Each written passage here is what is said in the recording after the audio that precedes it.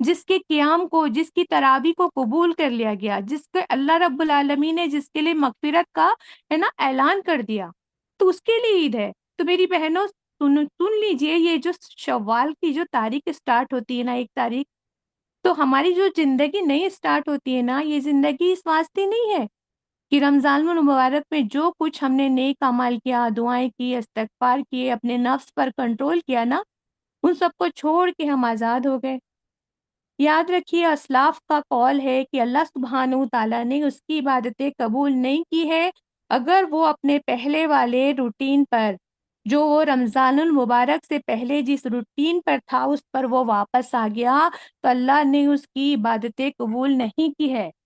کیونکہ اگر اس کی عبادتیں قبول ہوتی تو اگلی زندگی میں وہ رب العالمین کی اطاعت کرتا، اپنے آپ کو ویسے ہی مصروف رکھتا جیسے کہ وہ رمضان المبارک میں اپنے آپ کو مصروف رکھتا تھا۔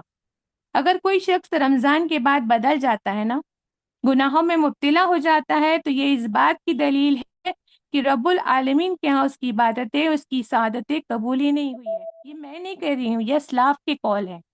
تو عید اس کی ہے جس کے روزے روزوں کو، جس کے قیام کو، تراویح کو اللہ سبحانہ تعالیٰ نے قبول کر لیا ہے۔ عید اسی کا ہے جس کے گناہوں کو دھو کر اللہ نے صاف کر دیا ہے اور اس کی کوششوں کا بدلہ عطا کر دیا گیا ہے۔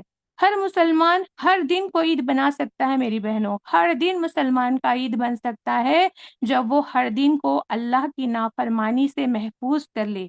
عبداللہ ابن مسعود رضی اللہ عنہ کہا کرتے تھے، اگر مجھے علم ہو جائے نا کہ میرے عمل کو مالک نے قبول کر لیا ہے، اگر مجھے یہ علم ہو جائے کہ میرے عمل کو مالک نے قبول کر لیا ہے، تو مجھے اتنا قیمتی ہے کہ اگر میں پوری زمین بھر سونے کو صدقہ کر دوں تو بھی مجھے اتنی خوشی نہیں ہوگی جتنی کہ مجھے میرے اعمال کی قبولیت کی خوشی ہوگی۔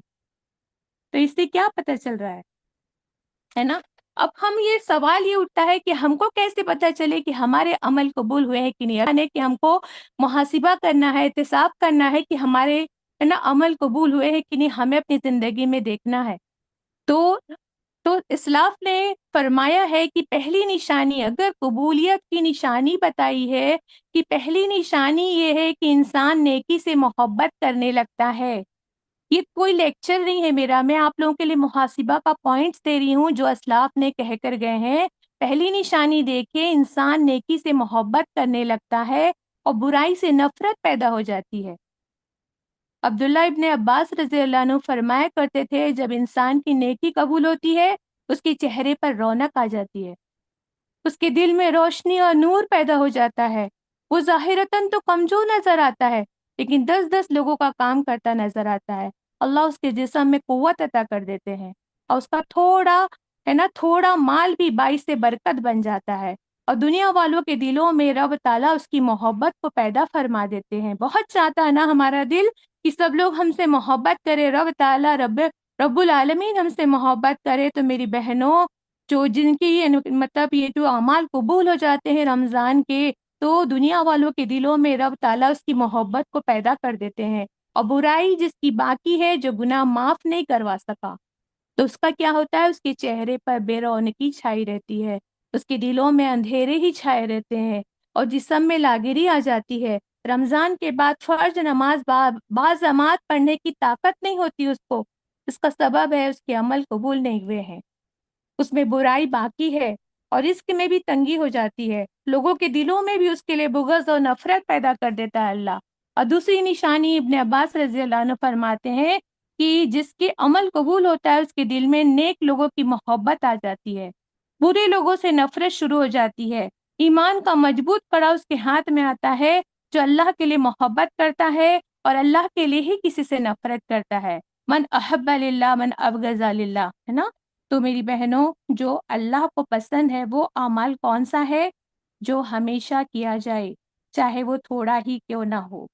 یہی اسلام کا مزاج ہے، یہی شریعت کا مزاج ہے۔ اسلام کا مزاج یہ نہیں ہے کہ ہم تو بن کے کچھ دن کمال کے اعمال کر رہے ہیں، اس میں صدقہ خیرات بھی کر رہے ہیں، قرآن کی تلاوت بھی کر رہے ہیں، دورِ قرآن بھی کر رہے ہیں، 2 پارے 3 پارے، اور فرض نماز کے ساتھ ساتھ تہجد بھی پڑھ رہے ہیں، قیام اللیل بھی کر رہے ہیں، غریبوں کی مدد بھی کر رہے ہیں، پھر کچھ ہفتوں کے بعد چھوڑ دیا۔ اور واپس پہلے جیسے 5 وقت کی نماز پر آ گئے ہیں۔ اسلام کا مزاج یہ نہیں ہے۔ اسلام کا مزاج یہ ہے کہ تھوڑے عمل کرو لیکن ہمیشگی کے ساتھ کرو۔ کہ پانی ڈراپ بائی ڈراپ گرتا ہے تو زمین میں کیا، وہ تو کٹھور سے کٹھور چٹان میں بھی کنٹینیوس گرتا ہے پانی، تو وہ قطرہ بھی پانی کا ایک اسٹون میں سوراخ کرنے کا دم رکھتا ہے۔ مانتے ہیں اس کو؟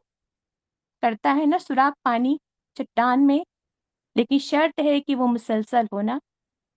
تو جو بارش تیز ہو، طوفانی ہو، ایک بار برس جائے تو جتنا زمین جذب کر سکتی ہے اتنا ہی کرے گی، پھر جو ہوگا وہ ندی نالوں میں بہہ کے چلا جائے گا، وہ جذب نہیں ہوگا۔ تو میری بہنوں، فوکس کس پہ کرنا ہے؟ ایکسپرٹ بننا ہے نا۔ لمیٹڈ تھنک کرو لیکن ہمیشگی کے ساتھ کرو۔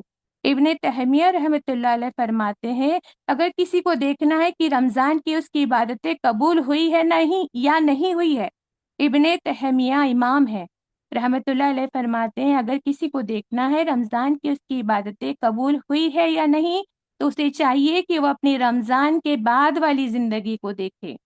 اگر رمضان کے بعد نیک اعمال پر اسی طرح استقامت ہے جیسے رمضان میں تھا، تو ایسے شخص کے رمضان کے اعمال قبول ہوئے ہیں۔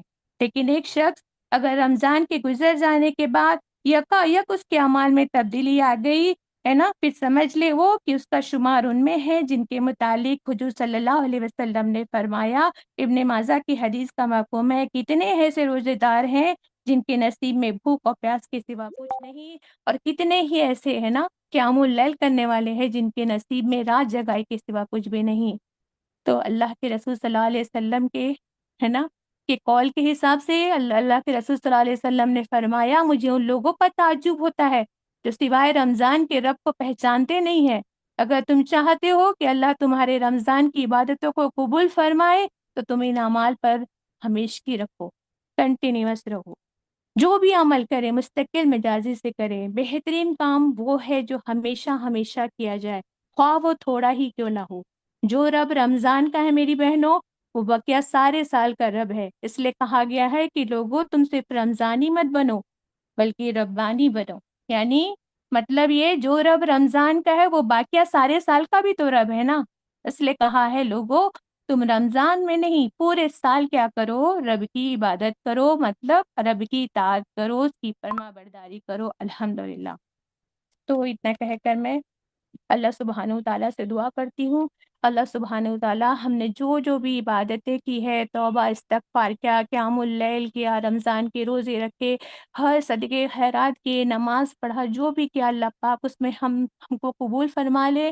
اور اگر ہماری کہیں کوتاہیاں آ گئی اللہ پاک، تلاوت میں غلطیاں ہو گئی اللہ، ہم نے کہیں دین سے اللہ کنارہ کشی اختیار کیا اللہ، اپنے عہد کو کبھی توڑا اللہ پاک، تو ہم تیری اللہ پاک رضا کے کام میں تھوڑے پیچھے رہ گئے اللہ پاک، تو ہمیں معاف کر دے اللہ پاک، ہمارے تمام اعمال کو تو قبول فرما لے۔